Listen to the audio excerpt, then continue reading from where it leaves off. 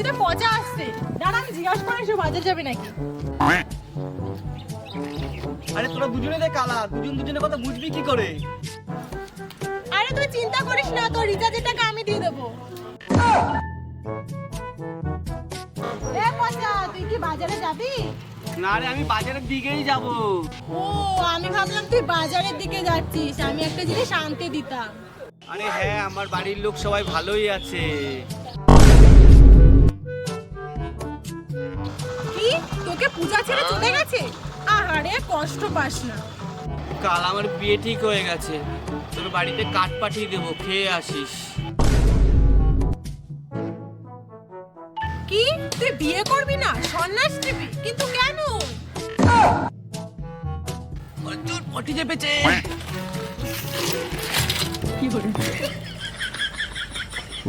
আরে দাঁড়া দাঁড়া, কোথায় যাচ্ছিস?